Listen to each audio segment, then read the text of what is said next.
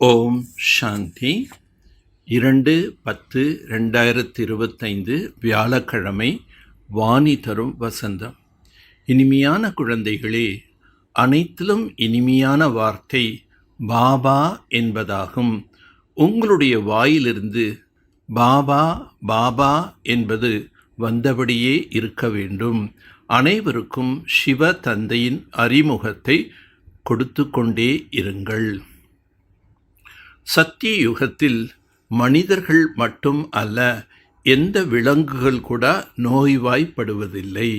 ஏனென்றால் சங்கம யுகத்தில் பாபா அனைத்து ஆத்மாக்களின் மற்றும் எல்லைக்கு அப்பாற்பட்ட சிருஷ்டிக்கு நோயின் பெயர் அடையாளம் கூட இல்லாத அளவு அறுவை சிகிச்சை செய்து விடுகிறார். தந்தை அழிவற்ற சர்ஜன் ஆவார். இப்போதுள்ள நோய்வாய்ப்பட்டுள்ள சிருஷ்டியில் சிகிச்சைக்கு பிறகு துக்கத்தின் பெயர் அடையாளம் கூட இருக்காது. இங்குள்ள துக்கங்களிலிருந்து தப்பிப்பதற்காக மிக மிக தைரியசாலியாக ஆக வேண்டும். நாம் அனைவரும் பாபாவின் குழந்தைகள். அனைத்து ஆத்மாக்களும் ஓம் என்று சொல்கின்றார்கள். அங்கே நாம் அனைவரும் சகோதர சகோதரர்கள். பிறகு இங்கே சகோதர சகோதரிகள் ஆகிறோம். நீங்கள் பிரம்மாவுக்கும் குழந்தைகளாக இருக்கின்றீர்கள். ஆதலால் சகோதர சகோதரிகளாக இருக்கிறீர்கள். உங்களுக்கு வேறு எந்த சம்பந்தமும் கிடையாது. பழைய உலகை மாற்றுவதற்காக இந்த சமயத்தில்தான் பாபா வருகின்றார். தந்தை பிரம்மாவின் மூலம்தான் மீண்டும் புதிய சிருஷ்டியை படைக்கின்றார். தம்மை சகோதரன் சகோதரி என்று புரிந்து கொள்ள வேண்டும். குற்றப்பார்வை இருக்கக்கூடாது. கலியுகத்தில் குமார் குமாரிகள் பெரியவர்களாக ஆகும்போது கண்கள் குற்றம் நிறைந்தவையாக ஆகின்றன. பிறகு குற்றம் செய்து விடுகின்றனர். குற்றச் செயல் நடப்பது ராவண ராஜ்யத்தில். சத்தியுகத்தில் குற்றச் செயல் நடப்பதில்லை. குற்றம் என்று விகாரத்தை சொல்லப்படுகின்றது. இங்கேயோ நாளுக்கு நாள் குற்றச் செயல் அதிகமாக நடக்கின்றது. ஆதலால் நீதிமன்றங்கள் உள்ளன. சிறைச்சாலை, போலீஸ், திருடர்கள் முதலானவர்கள் சத்தியுகத்தில் இருக்க மாட்டார்கள். இவை அனைத்தும் துக்கத்தின் விஷயங்கள். மாயினால் தோல்வியே தோல்வி என்று பாடப்பட்டுள்ளது. தந்தை வந்து மாயின் மீது அரைக்கல்ப காலத்திற்கு வெற்றியை அடைய வைக்கின்றார். பிறகு அரைக்கல்பத்திற்கு தோல்வி அடைய வேண்டும். இந்த சிருஷ்டி முழுவதும் கடல் மீது நின்றுள்ளது. மனிதர்கள் சொல்கின்றார்கள், கீழே ஒரு காளையும் பசுவும் உள்ளன. அதன் கொம்பின் மீது சிருஷ்டி நின்றுள்ளது. பிறகு கலைத்து போய்விட்டால் மாற்றிக்கொள்கின்றன என கூறுகிறார்கள். பூமி நீரின் மீது நின்றுள்ளது. நாலாபுறங்களிலும் நீரே நீர் நிறைந்துள்ளது.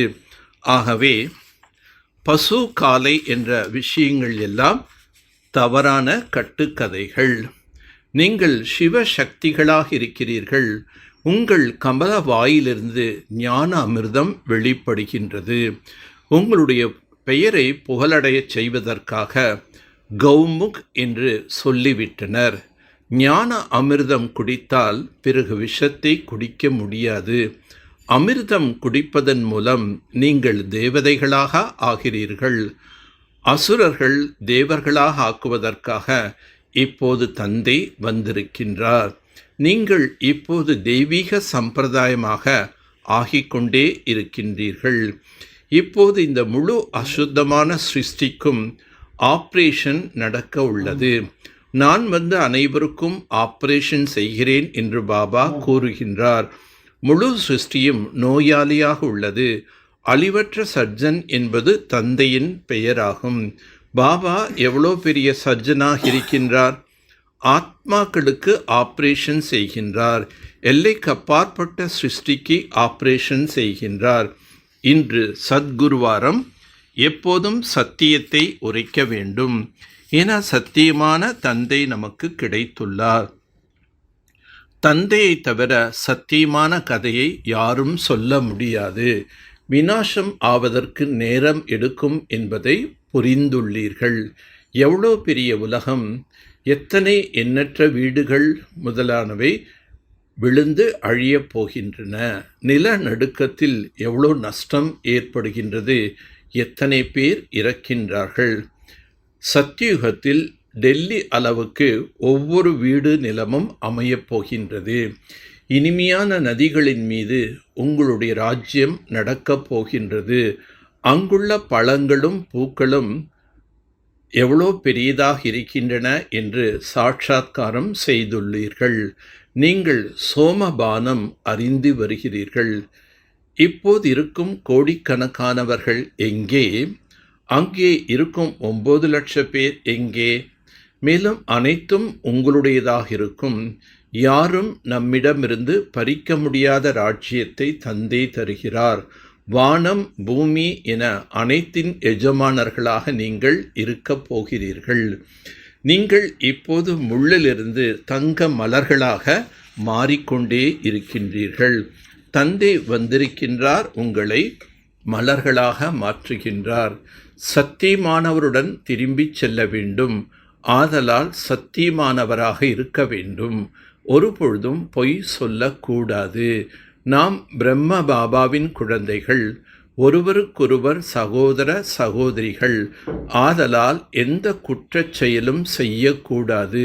சகோதரன் சகோதரன், சகோதரன் சகோதரி என்ற சம்பந்தங்களை தவிர எந்த சம்பந்தத்தின் உணர்வும் இருக்கக்கூடாது.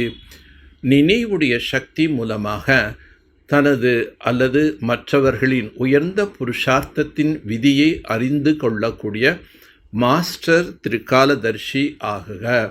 விஞ்ஞானிகள் பூமியிலிருந்து விண்வெளிக்கு செல்பவர்களின் ஒவ்வொரு செயலையும் எப்படி அறிய முடிகின்றதோ அதே போல திரிகாலதர்ஷி குழந்தைகளாகிய நீங்கள் சைலன்ஸ், அதாவது நினைவின் சக்தி மூலம் தங்களுடைய அல்லது மற்றவர்களுடைய உயர்ந்த புருஷார்த்தம் அல்லது நிலையின் விதியை தெளிவாக அறிய முடியும். தெய்வீக புத்தி உடையவராக ஆகும்போது, நினைவின் தூய எண்ணத்தில் நிலைத்திருக்கும்போது திரிகாலதர்ஷியாக ஆகக்கூடிய வரம் கிடைக்கின்றது.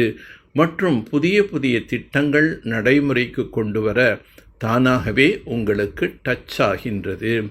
அனைவருக்கும் ஒத்துழைப்பு கொடுப்பவராக ஆகுங்கள். அப்பொழுது அன்பு தானாகவே கிடைக்கும். எவரும் எங்களுக்கு சேவை செய்ய வாய்ப்பு கிடைக்கவில்லை என்று சொல்ல முடியாது. யாரேனும் பேச முடியவில்லை என்றால் மனதின் வாயு மண்டலத்தின் மூலமாக சுகத்திற்கான உள் உணர்வு மற்றும் சுகம் நிறைந்த மனோநிலையின் மூலமாக சேவை செய்யுங்கள். உடல்நிலை சரியில்லை என்றால் வீட்டில் இருந்தபடியே ஒத்துழைப்பு கொடுப்பவராக ஆகுங்கள். மனதில் சுத்தமான எண்ணங்களின் சேமிப்பு அதிகரியுங்கள். சுபமான பாவனை நிறைந்தவராக ஆகுங்கள். நல்லது. ஓம் சாந்தி, ஓம் சாந்தி, ஓம் சாந்தி.